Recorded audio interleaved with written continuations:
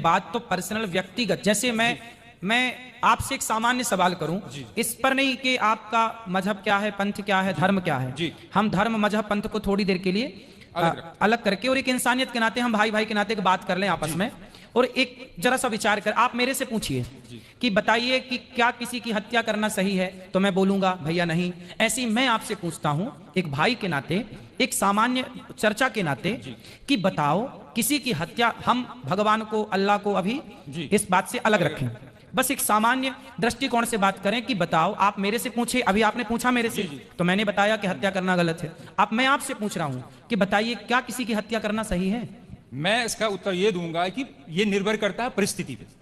यहाँ जितने भी मेरे भाई मर्डर में आए हैं, किसी ने खुशी से नहीं किया, बिल्कुल कोई परिस्थिति ऐसी उत्पन्न हुई, बिल्कुल, या कोई दुश्मनी थी, कोई किसी को, एक अभी आया है आखंड जो हमारा हिस्सा है, 2 दिन पहले की बात है, उसकी बहन को किसी ने बलात्कार किया था, वो लड़का बलात्कारी अंदर आया, मगर वो 2 महीने में जमानत पे छूट गया, तो उसके भाई ने उसको बाहर मार दिया।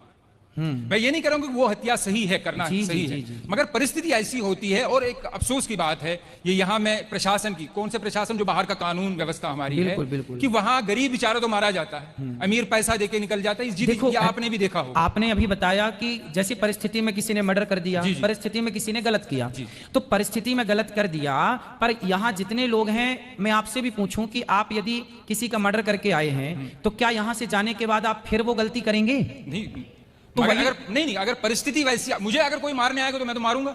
हाँ, लेकिन यूं ही आप तो किसी की चढ़ाई नहीं करेंगे ना। ऐसे तो पागल नहीं है ना कि हम किसी को भी, जैसे कहा बस वही तो है कि मजबूरी थी, चींटी को भी पैर मतलब देख के। बिल्कुल बिल्कुल। फिर करोड़ों की कंपनियां ऑल आउट क्यों बेचती है? वो मच्छरों को मारने के लिए दवाई क्यों देती, कॉकरोच को मारने की दवा क्यों देती जी? उस पर बैन लगा दे फिर सरकार जी, क्योंकि वो तो दवाई बेचती है और करोड़ों। शंख चक्र तिलक जो है, ये जैसे चक्र सारे दुश्मनों का नाश करता है, ऐसे चक्र जो है हमारे जीवन में, हमारे घर में आने वाली हर नेगेटिविटी को, हर नकारात्मक ऊर्जा को, यदि द्वार पर चक्र होगा तो वो काट देगा। दर्शकों, आप चाहें तो इस शंख चक्र को हमारे डिस्क्रिप्शन बॉक्स या कमेंट बॉक्स में दिए गए लिंक पर क्लिक कर शंख चक्र को खरीद सकते हैं। जी हाँ दर्शकों, शंख चक्र घर की सारी नकारात्मक शक्ति को हटा देता है, व सुख शांति लाता है। दर्शाता है शंख, आपकी विजय को दर्शाता है शंख, आपके यश और कीर्ति को बढ़ाता है शंख। तो शंख होगा तो यश कीर्ति बढ़ेगी, चक्र द्वार पर होगा तो आने वाली हर नकारात्मक ऊर्जा समाप्त होगी, और तिलक होगा तो भगवान के चरण आपके द्वार पर हैं, आपके घर पर हैं, तो भगवान की कृपा, लक्ष्मी मैया की कृपा बनी रहेगी। दर्शकों, कमेंट बॉक्स या डिस्क्रिप्शन बॉक्स में दिए गए लिंक पर क्लिक कर आप इस वेबसाइट पर आ जाएंगे। फिर इस वेबसाइट पर अगर आपको ये शंख चक्र खरीदना है तो बाय इट नाउ पर क्लिक कर वहां अपना एड्रेस डालकर पेमेंट कर दें। कुछ दिनों में ये शंख चक्र आपके घर पर पहुंच जाएगा। धन्यवाद। क्योंकि वो तो दवाई बेचती है और करोड़ों रुपए कमाती है। फिर तो किसानों को, अगर यही है सनातन धर्म में कि नहीं मारना चाहिए, मैं अपने प्रधानमंत्री से अपील करता हूं, गुजारिश करता हूं कि ऐसी कंपनी को बंद कर दो जो जीव जंतु के मारने की दवाई देती। देखो, जितने की जरूरत है, अब जैसे हमारे यहाँ 5 जो छोटे छोटे पाप हैं, जैसे हम झाड़ू लगाते हैं तो बहुत सारे चींटियां मर जाती हैं। हम लोग बारिश गर्मियों में घड़ा में पानी भरते हैं तो ठंडक के कारण बहुत सारी चींटियां आती हैं, मर जाती हैं। हम लोग लकड़ी और कंडा समझते हैं, गाय का सूखा गोबर, उसको ओपले बोलते हैं। क्या बोलते हैं आप? ओपले। जैसे घर में चूल्हा, आजकल तो गैस का जमाना है, आज के 100 साल पहले लोगों की रोटियां घर के चूल्हे पे बनती थी। चूल्हे पर लकड़ी और कंडा, ओपला लगाया जाता था। उस ओपले में बहुत सारे जीव जंतु होते थे कि नहीं? तो वो मारे जाते थे जब हम रोटी बनाते थे। तो ऐसे कुछ सामान्य पाप हैं जो हमसे नित्य होते हैं। जैसे हम चल रहे हैं, चींटियां मर जाती हैं। किसान खेत में चने बोता है, इल्ली लग जाती है तो दवाई का छिड़काव करके इल्लियों को मारना पड़ता है। क्योंकि वहां मारने की इच्छा नहीं है, वहां पर मजबूरी है। बात समझ रहे हैं? किसान यदि इल्ली ना मारे तो इल्ली पूरी फसल मार देगी। यदि आप लकड़ी और कंडे की, चींटी और लकड़ी और कंडे के जीवों के लिए सोचें तो आप भूखे मर जाएंगे, रोटी बना ही नहीं पाएंगे। तो जो सामान्य पाप होते हैं आपसे, हमसे, वो जानकर नहीं करते हम, वो मजबूरी है। बात समझ रहे हैं आप? वो मजबूरन करना पड़ता है। हम किसी को यूं ही नहीं मारेंगे, मजबूरन हमें, हमारी सेना बंदूक लिए घूम रही है ना, कि मजबूरन जरूरत पड़ने पर अटैक होगा। उसी तरह से हम जानबूझकर किसी को नहीं मारते, मजबूरी पे मारना पड़ता है। इल्ली को, मच्छर को, मक्खी को, उसी तरह मजबूरी है तो इनको मारा गया। हम बेवजह नहीं मारते किसी को।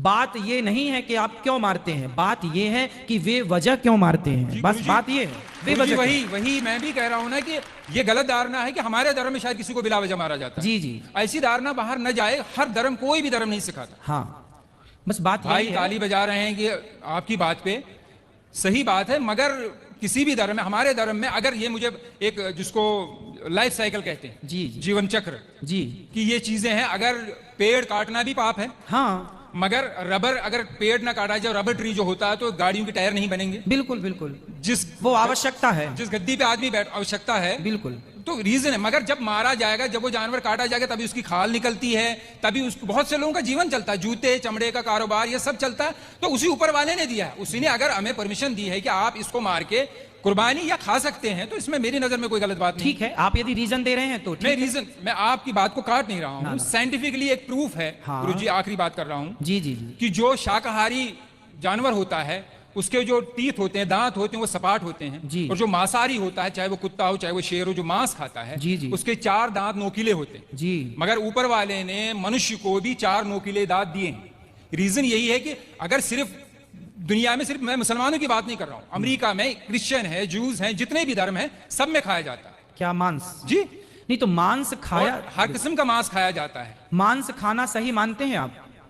जब परमिशन, जब मुझे मेरे ईश्वर ने, जिसने मुझे जना है, उसने परमिशन दी है, तो तब तो मैं कोई बात आपके हिसाब से सही है, पर हम हिंदुओं के हिसाब से, हम देखो मांसाहारी जो कुत्ता होता है ना, जितने भी मांसाहारी जानवर हैं वो जिह्वा से पानी पीते हैं। कुत्ता चाट कर पानी पीता है, शेर चाट कर पानी, बिल्ली चाट कर। लेकिन जो शाकाहारी जानवर हैं, बकरी है, गाय है, ये होंठों से, मुंह से पानी पीते हैं। अब आप बताइए कि आप मुंह से पानी पीते हैं कि जिह्वा से चाट कर पानी पीते हैं? फिर दांत नहीं, दांत का भैया सुनो, दांत का, मेरा सिर्फ इतना कहना है कि जैसे आपने कहा कि आपके हमारे धर्म में मेरे ईश्वर एक ही है। हाँ, उसने जब परमिशन दी है मुझे, आप कह रहे हैं कि आपको नहीं, मगर ये तो नहीं होना कि दुनिया में ये भावना हो कि नहीं ये धर्म अच्छा, बाकी धर्म अच्छे नहीं। देखिए, हमारा जो सनातन धर्म है, उस जैसे आपके धर्म में तो ये कहा जाता है कि जैसा आप ही बता रहे हैं कि आपके यहाँ मांस खाना सही मानते हैं वो लोग, हमारे यहाँ मांस खाना सही नहीं मानते। हमारे यहाँ किसी भी मंदिर में जो मनमाने ढंग से बकरा बकरे की बलि चढ़ाते हैं मंदिरों में, वो गलत चढ़ाते हैं, हम लोगों से गलत मानते हैं। हमारे यहाँ मंदिरों में 56 भोग लगता है भगवान को, बढ़िया दाल चावल खीर पूड़ी सब्जी बादाम काजू पिस्ता, इनका भोग लगता है। जब हमारे यहाँ ये कहा जाता है कि जब खाने को 56 भोग हैं तो क्यों अपने स्वाद के लिए किसी की हत्या की जाए, इसलिए हिंदू लोग मांस नहीं खाते। ये अपनी अपनी विचारधारा है। आप खाते हैं तो उसमें आपकी अपनी विचारधारा है, हम लोग नहीं खाते उसमें हमारी अपनी विचारधारा है। अब ये देखना है कि किसकी विचारधारा श्रेष्ठ है। यदि श्रेष्ठता का निर्णय किया जाएगा तो ये देखा जाएगा, और निर्णय नहीं करना तो अपनी अपनी जगह सब ठीक है। जी यही मैं कह रहा हूं। आखिरी बात, हाँ, जैसे आपने कहा कि मैं आपके धर्म को इसलिए बुरा नहीं कह सकता ना कि ये लोग देखो मांस नहीं खाते, तो दूसरा धर्म वाला ये क्यों कहे कि देखो ये मांस खाते इसलिए बुरा है। फिर मेरी नजर में भी बहुत ही निम्रता से मैं आखिरी बार कहता हूं, जिससे मेरी नजर में शंका सवाल उठते हैं, हाँ, कि ये शायद मुझे पता चला कि शायद आपने जवाब दिया है। हमें बचपन से सिखाया जाता है कि चोरी, मैं सब भाइयों से, कोई मेरे दिल में कोई ऐसी बात नहीं है। नहीं, आप बिल्कुल बात करिए भाई की तरह। कोई चोरी 5 पैसे की हो या 5 लाख की चोरी होती, बचपन से स्कूलों में भी सिखाया। बिल्कुल बिल्कुल बिल्कुल। फिर क्यों एक चीज, भगवान कृष्ण जी के बहुत से गुण होंगे, मगर बार बार ये माखन चोर क्यों कहा जाता? हर बच्चा चोरी करता। इसका मतलब ये नहीं कि मेरा बच्चा बचपने में चीनी चुराता था तो मैं उसको बड़ा होकर उसकी शादी भी होगी मैं उसको कहूँ चीनी चोर, अबे चीनी चोर। सुनिए तो क्या है, ये तो मेरे दिल में अजीब ना आता नहीं। मैं उत्तर दे दूं आपको। आपने बोला 5 पैसा चुराए या 5 लाख चुराए, पर भगवान कृष्ण हमारे माखन चुराते हैं। माखन ना 5 पैसा है ना 5 लाख। खाने पीने की चोरी नहीं मानी जाती। वही मैं भी कह रहा हूं, मगर फिर और हमारे यहाँ भगवान कृष्ण को ना चित्त चोर कहा गया है। क्या कहा गया है? चित्त चोर। चित्त मतलब हृदय। माखन चोरी का मतलब है मक्खन के जैसा जिसका मन होगा, उस मन रूपी माखन की चोरी कर लेते हैं भगवान। मतलब मन में एक सवाल था कि मतलब अजीब सा लगता था कि ऐसा क्यों कहा जाता है। आपने उसको स्पष्ट कर दिया। जी जी, बाकी धन्यवाद। खुश और कोई सवाल हो तो पूछिए। अच्छा लग रहा है आपसे बात करके।